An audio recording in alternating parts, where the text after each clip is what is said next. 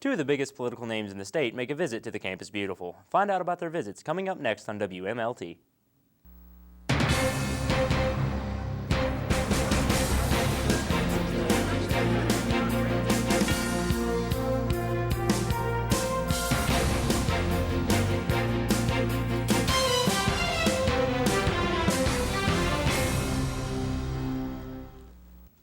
Welcome to WMLT on PBS. I'm Sean Miser. And I'm Courtney Phillips. Even though the national presidential race is in the forefront of most minds, the First Lady of West Virginia felt it was only right to recognize some of the not-so-talked-about offices here in southern West Virginia. Rudy Raines has more on Gail Manchin's visit. The dinner is an annual event. It is when all of our membership comes together for one evening of celebration. And Concord University was more than happy to offer its facilities to the Mercer County Chamber of Commerce for their annual dinner. Concord has always had a very strong sense of community and is always more than willing to help out a partner. Concord University has long had a good relationship with the business community in the area and statewide, and we think it's part of our obligation as a public institution to avail our facilities anytime we can to our friends, and certainly the Chamber has been a good friend of Concord. The beautiful stateroom here at Concord University has been the host of many different activities, but it was more than happy to offer its services to the Chamber of Commerce. The stateroom has played host to many different figures, but one of its most distinguished guests came in the form of Gail Manchin, who was the keynote speaker at this year's Chamber of Commerce dinner. The Chamber has its goals for the year all across the state, but I want them to understand that their goals and the governor's goals are so similar, and when we talk about economic development, when we talk about bringing communities together to collaborate, to coordinate activities, to get the biggest bang for our buck, to make sure that in our schools we are providing the skilled workforce for the 21st century. I think that it's nice for people from all different areas to know that we're all on the same page, we're all moving toward the same goals, and it's all going to make West Virginia a great place to live. New chairperson Tim Arnold says he completely agrees with Mrs. Manchin, and he expects this coming year to be the Chamber's most successful year yet. This year we will continue all of our projects. We have things lining up very fast. It'll be a good year, I'm sure, with our projects, and as well we'll try to grow our membership and continue our work with the legislature and representing our business members as best we can. Rudy Raines, WMLT News, Athens. Gail Manchin wasn't the only big political name to pay a visit to the Concord campus. We're going to join Josh Curbway in the control room now for a little more info on what other politician made a special trip to Athens. Josh? Thanks, Sean. Our very own Southern West Virginia representative, Nick Joe Rahal, was more than happy to spend time at the Campus Beautiful since its new building will bear his name. After years of hard work, Concord's newest building is finally finished. Congressman Nick Joe Rahal was taken on a tour of the facility named in his honor. It's beautiful. It is certainly a state-of-the-art facility, a first-class facility. The contractors and the architects did a tremendous job. It's a blending of tradition and new technologies that have been done in a way that is uses energy conservation, and it's just a facility of which everyone in this area can be tremendously proud. After the tour of the Nick Rahal Technology Center, the dedication ceremony could begin with words of thanks from Dr. Jerry Beasley. It's my privilege to introduce to you today our Congressman, the Dean of the West Virginia Congressional Delegation in the House of Representatives, Congressman Nick Joe Rahal.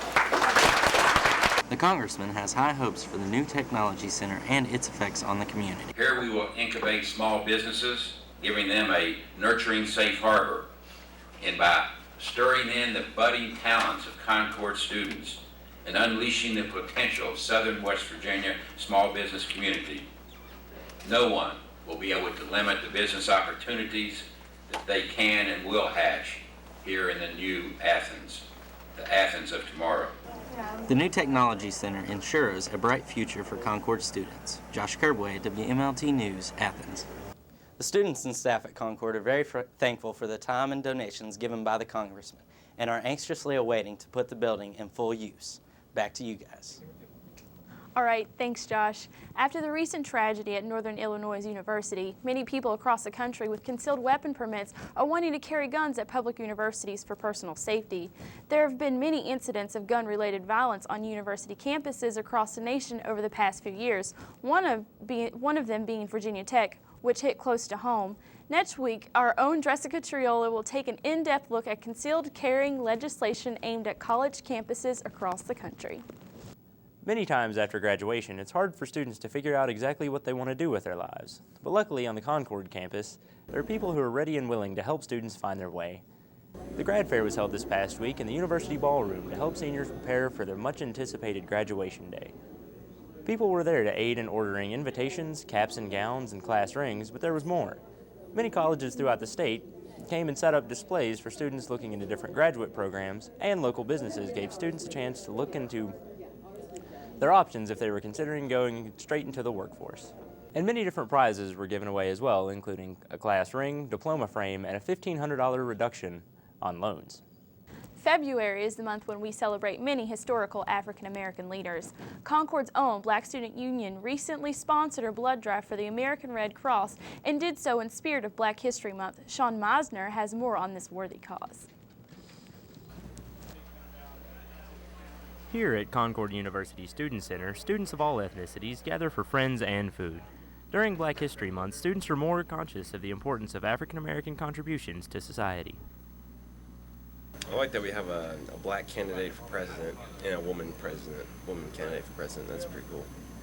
That's two mile markers to break right there. George Washington Carver is my favorite figure because he did a lot to, especially like peanut butter, and he was trying to bring nutrition to poor people. When Lyndon Baines Johnson, President Lyndon Baines Johnson, signed the 1964 Civil Rights Act, giving African Americans more freedom in this country.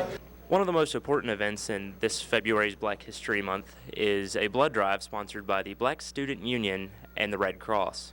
We work with the weekend program, the Bonner Scholars, and the blood drive will help diversify BSU as a community service organization for us giving to the community. So maybe when people look and see, oh, BSU's doing a blood drive, they'll want to work with us. I'm going to say, okay, well, I want to learn a little bit more about BSU. It's important. The thing about the African Americans, they hold certain genes that they can only receive blood from other African Americans. So it's important that the African American community steps up and donates, and for us to get that word out there that it's really important to the Red Cross. Sean Miser, WMLT News, Athens. Coming up after the break, we'll find out about the newest fitness options on the Concord campus. And we'll check in with Rudy Raines for our sports. Stay tuned.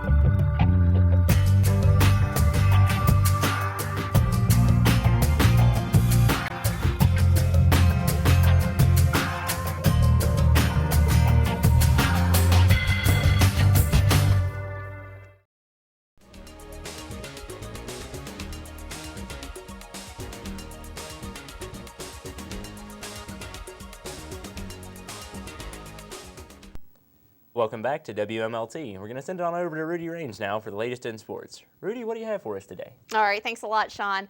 The Concord's men's basketball season is almost over, so we decided to let Courtney Phillips go out and get a closer look at this tough team. Your Concord University Mountain Lions. There were numerous doubts about this year's men's basketball team's upcoming season. However, the Lions surprised all of us, including head coach Steve Cox.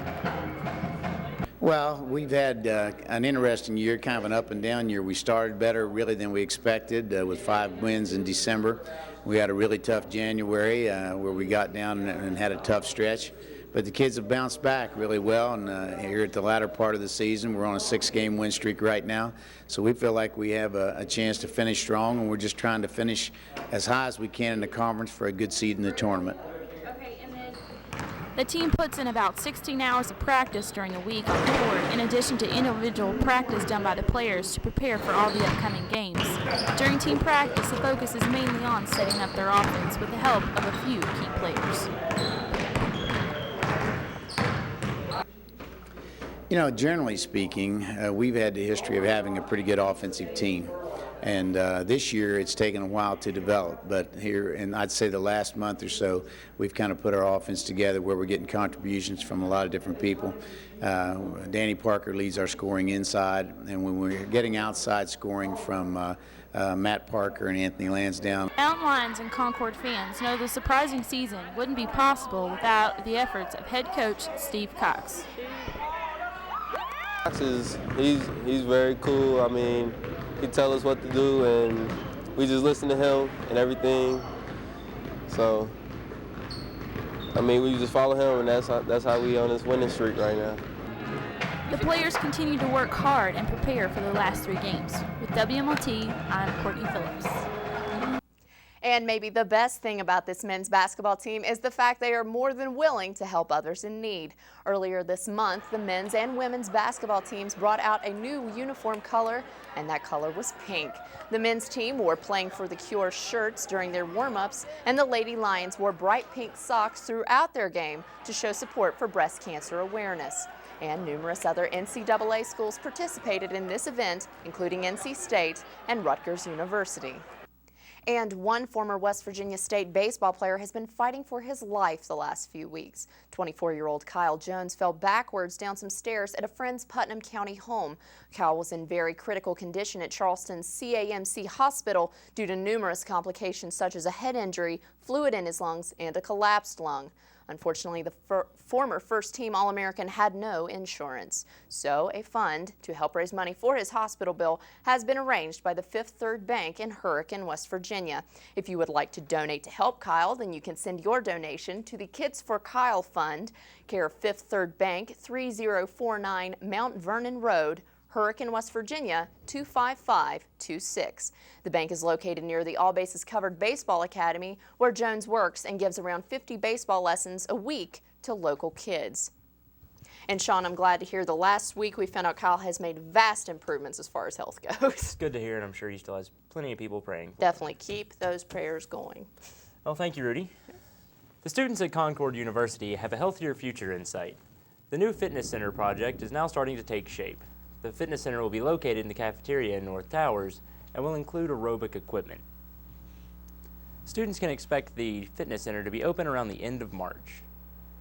And Concord-based musical group Old School Abbey will be making a big splash soon in Lewisburg. The 5 Concord students will be recording their first live album February 29th at Carnegie Hall in Lewisburg, West Virginia. This will be the follow-up to their successful Girl Like You album. The band recently played in Huntington, West Virginia with hitmakers The Spin Doctors. You can find out more information about the band and the other concert dates on their tour schedule. Just go to MySpace Music and type in Old School Abbey. Well, that's going to do it for us today. Tune in again in 2 weeks for more WMLT. For Courtney Phillips and the rest of WMLT, I'm Sean Miser.